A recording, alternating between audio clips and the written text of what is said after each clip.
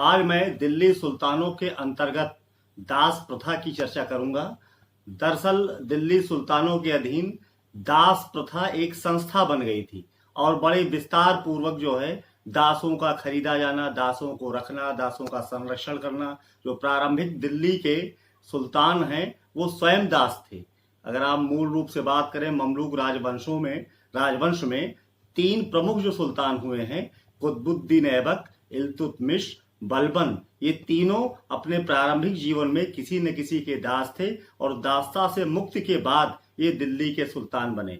लेकिन भारत में दास प्रथा का विस्तार ऋग वैदिक काल तक जाता है। मौर्यकालीन भारत की बात करें अगर, तो उस समय जो दास प्रथा भारत में थी तो 5 तरह के दासों की चर्चा इतिहासकार उस काल में मौर्यकालीन भारत में करते हैं। एक तो पहला वर्ग था जो उदरदास, यानी कि पेट पालन के लिए जो किसी न किसी की अधीनता स्वीकार कर लेते थे और उसके अपने स्वामी की सेवा करके अपना पेट पालते थे। तो पहला प्रकार मौर्यकालीन भारत में उदरदासों का है। दूसरा आत्मविक्रयी, जो स्वेच्छा से स्वयं को बेच देते थे और पूरी तरीके से अपने स्वामी पर निर्भर हो जाते थे और उसके अनुसार जीवन का यापन उसका होता था। तीसरा होता था आत्मधाता, यानी धनी व्यक्ति के द्वारा बंधक बनाया जाना। पूरी तरीके से कोई संपन्न व्यक्ति है, जमींदार है, सामंत है, शासक है, तो उसके अधीन वो अपने आप को समर्पित कर देते थे और स्वयं बंधक के रूप में जीवन यापन करते थे। तो धनी व्यक्ति का बंधक माना जाता था, जिसे कहते थे आत्मधाता। चौथी श्रेणी थी मौर्यकालीन भारत में दंड प्रलीप, यानी कि राज्य द्वारा दिया गया आर्थिक दंड जो व्यक्ति नहीं चुका पाता था, राज्य उसे अपना दास बना लेता था। पांचवा ध्वजाहृत श्रेणी थी, यानी कि युद्ध में जब सेनाएं अभियान को जाती थीं तो पराजित राज्य के में बड़ी संख्या में लोगों को सेवा करने के लिए बंधक बनाकर या बंदी बना के लिए आती थी, तो उनको ध्वजाहृत दास कहते थे। तो मौर्यकालीन भारत में अगर आप बात करें तो 5 श्रेणियां, 5 वर्ग दिखाई पड़ते हैं दासों के। और जो उनकी विशेषताएं हैं, ये संस्कृत शब्द हैं, इनको मैं बता रहा हूं। अकर्मण माना जाता था, ये अकर्मण्य है। अदेवहु, अयज्वन, अब्राह्मण, अन्यव्रत, मध्यवाक या शिष्ण देवा, यानी 7 विशेषताएं मौर्यकालीन भारत में दासों की बताई गई हैं। तो सल्तनत काल से पूर्व ये स्थिति थी कि भारत में दास प्रथा कोई नई बात नहीं थी, लेकिन दिल्ली सुल्तानों के अंतर्गत ये एक तरीके से एक पूर्ण संस्था के रूप में विकसित हुई। और हम कह सकते हैं कि अगर फिरोज शाह के समय की बात करें तो फिरोज शाह के समय में एक अलग विभाग ही बना दिया गया था, दीवाने बंदागान।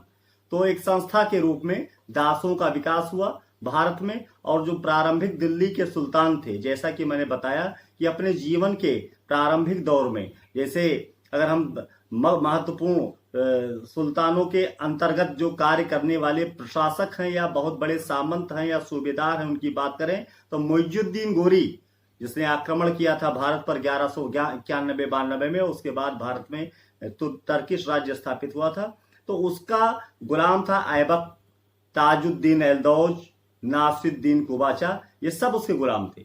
और आपस में सर्वाइवल ऑफ द फिटेस्ट की पॉलिसी अगर माने तो सर्वाइव करके ऐबक जो है सबसे निकट पहुंच गया मुइजुद्दीन गोरी के, और फिर उसके उत्तराधिकारी के रूप में भारत का शासक बना और भारत में टर्किश राज्य की स्थापना की। तो ऐबक के बारे में बताते हैं कि निशापुर में खरीदा गया था एक व्यापारी द्वारा और फिर मुइजुद्दीन गोरी को सौंपा गया। ऐसे ही उसका जो दूसरा उत्तराधिकारी है इल्तुतमिश, शमसुद्दीन इल्तुतमिश, वह भी अपने प्रारंभिक दौर में गुलाम था। मुइजुद्दीन गोरी से ऐबक को प्राप्त हुआ था। ऐबक ने उससे प्रसन्न होकर अपनी 2 बेटियों का विवाह कर दिया, अपना उत्तराधिकारी बनाया और सत्ता संघर्ष में ऐबक के पुत्र को पराजित करके वो स्वयं जो है दिल्ली का सुल्तान बना और 25 वर्ष तक शासन किया। ऐसे ही बलबन का जो समय कहते 40 वर्ष तक शासन किया। बलबन अपने प्रारंभिक जीवन में वह भी गुलाम था। तो इन गुलाम शासकों द्वारा वास्तव में एक परंपरा स्थापित की गई कि भारत में मुस्लिम राज्य की स्थापना के साथ किस तरीके से गुलाम खरीदे गए, गुलाम बेचे गए और उसका प्रभाव हिंदुओं पर भी पड़ा। जो प्राचीन कालीन भारत है, जो दास प्रथा भारत में थी, उससे कुछ न कुछ यहाँ अंतर दिखाई पड़ता है कि दासों के संरक्षण में, दासों को शस्त्र शास्त्र की शिक्षा देने में कहते थे कि ये आवश्यक नहीं है। दिल्ली सुल्तानों के अधीन ये कहा जाता था कि ये आवश्यक नहीं है कि एक योग्य सेनापति सुल्तान या सूबेदार का पुत्र उसकी योग्यता को ग्रहण करे, लेकिन यह बिल्कुल निश्चित होता था कि एक योग्य सूबेदार का या सामंत का या अमीर का जो गुलाम होता था उसके गुणों को ग्रहण कर लेता था, क्योंकि उसका जो प्रमोशन है या कह सकते हैं उसकी जो पदोन्नति है वो केवल अपने स्वामी की सेवा पर ही निर्भर करती थी। स्वामी की जितनी अच्छी सेवा करता, स्वामी प्रसन्न होता तो उसको दासता से मुक्त कर सकता था, और अगर प्रसन्न होता तो धीरे धीरे करके आपने देखा है कि ऐबक, इल्तुतमिश और बलबन जैसे लोग सामान्य दास की स्थिति से कैसे दिल्ली के सुल्तान की कुर्सी तक पहुंच गए। ऐसे न जाने कितने उदाहरण और दिए जा सकते हैं। दिल्ली के सुल्तानों के अधीन नासिरुद्दीन, खुसरो, मलिक काफूर, खाने जहां मलिक, ये भी निम्न पदों से उठते हुए ऊंचाई पर पहुंचे और महत्वपूर्ण सहभागी बने दिल्ली सुल्तानों की शासन व्यवस्था को चलाने में। तो अगर दिल्ली सुल्तानों के अंतर्गत बात करें तो यहाँ भी 4 वर्ग दिखाई पड़ते हैं। जिस तरीके से मौर्यकालीन भारत में 5 श्रेणियां थी, 5 तरीके की दास्ता स्वीकार करने वाले लोग थे या दास जो है बनाए जा सकते थे, ऐसे ही दिल्ली सुल्तानों के अंतर्गत 4 तरीके के दास थे। पहली श्रेणी थी क्रीत, यानी खरीदे गए। बाजार में जिस तरीके से सामानों की बिक्री होती है, इसने अलाउद्दीन खलजी ने तय कर दिया था, निश्चित किया था दासे सामानों का मूल्य था, वैसे ही दास दासियों का मूल्य भी अलाउद्दीन खलजी ने निश्चित किया था। जैसे सामान्य अनाज मिलते थे, नाज बाजार में मिलता था, अन्य वस्तुएं मिलती थी, ऐसे ही गुलामों की खरीद फरोख्त भी होती थी। तो क्रीत दास जो बाजार में खरीदे जा सकते थे। फिर लब्ध, दूसरी थी लब्ध, जो दान में, प्रसन्नता में, एक सामंत दूसरे सामंत से मिला, एक सूबेदार दूसरे सूबेदार से मिला तो दान करते थे। दान में जैसे काइंड के सामानों का दान किया जाता है, एक दूसरे को डोनेट करते हैं, वैसे दास दासियों का भी दान होता था। फिर युद्ध प्राप्त, जैसा कि मौर्यकालीन भारत में हमने बताया है कि किस तरीके से ध्वजाहृत युद्धबंदी होते थे, ऐसे ही युद्ध प्राप्त यानी युद्ध में पराजित सेना के द्वारा, जो पराजित सेना हो जाती थी तो विजयी सेना जिन लोगों को पकड़ लाती थी, तो उसके दिल्ली सुल्तान या सुल्तान के अधीन कार्य करने वाले सूबेदार या सामंत इनको पकड़ लाते थे, उमरा, वो लोग जो है एक तरीके से युद्ध प्राप्त दास कहे जाते थे, यानी पकड़े गए दास। फिर चौथी श्रेणी थी आत्म विक्रेता, यानी कि स्वयं आत्म विक्रयी कहा जाता था जिन्हें मौर्यकालीन भारत में।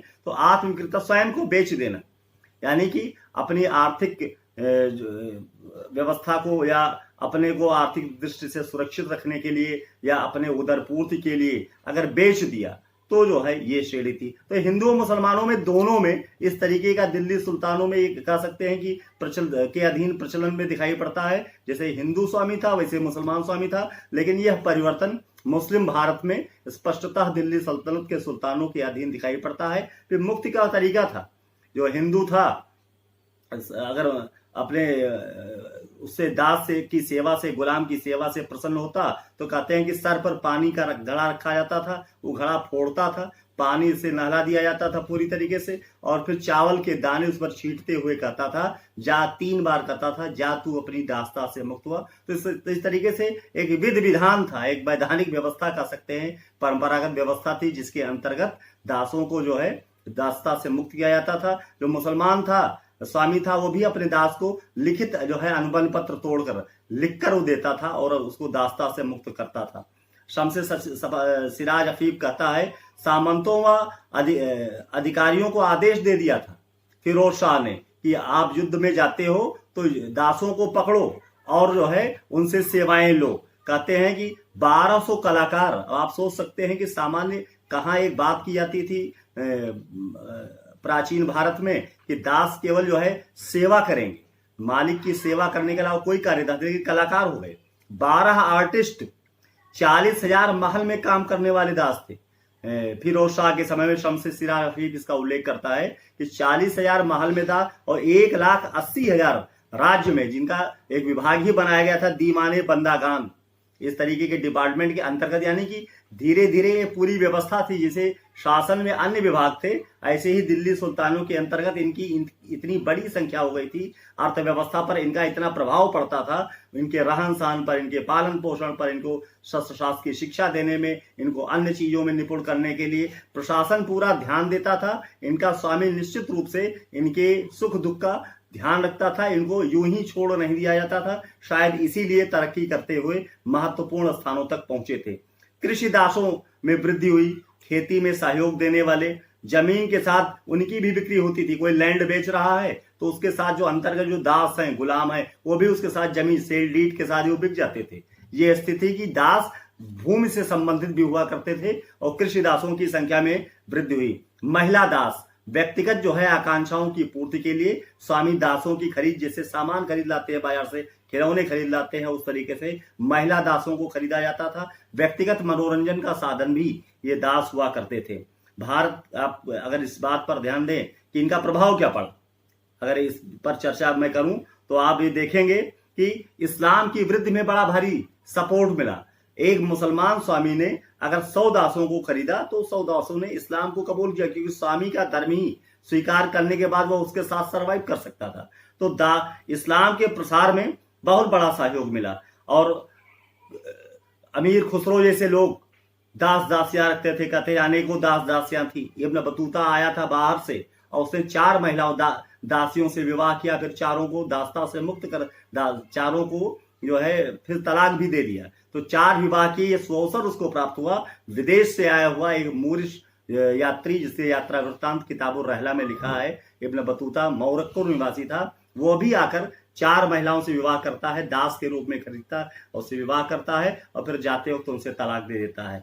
इस दास प्रथा का, इस दास व्यवस्था का सबसे बड़ा इंपैक्ट जो पड़ा, प्रभाव की आप बात करें तो नैतिक पतन हुआ।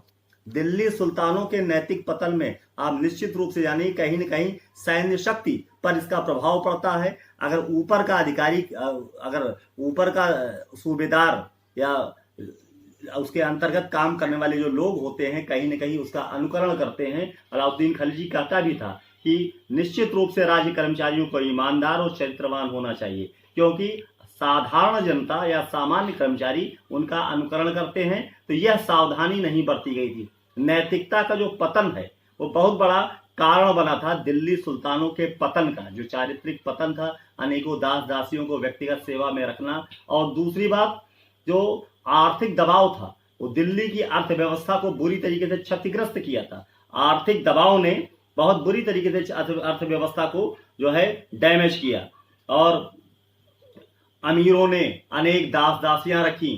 तो इसमें विषय पूर्ति में अनावश्यक रूप से लिप्त रहने के कारण भी जो प्रशासनिक व्यवस्था थी कहीं न कहीं डैमेज होती थी, उस पर विपरीत प्रभाव पड़ता था। बरेली लिखता है कि दास दासियों की जो कीमत है समय के साथ बढ़ गई। 500 से 2000 टंके तक बाजार में दास दासियों की खरीद और बिक्री में लोग इन्वेस्ट करते थे। ये बहुत बड़ी आर्थिक क्षति थी। इन चीजों में जो पैसा राज्य की सुरक्षा में, अन्य बातों में लगना चाहिए, वो उस पैसा इन सूबेदारों द्वारा, इन सुल्तानों द्वारा इन लोगों पर, दास दासियों के खरीद विक्रय पर लगाया जाता था। तो इनका जो चारित्रिक पतन है, दिल्ली सल्तनत के पतन के कारणों में इसने बड़ी महत्वपूर्ण भूमिका अदा की। धन्यवाद।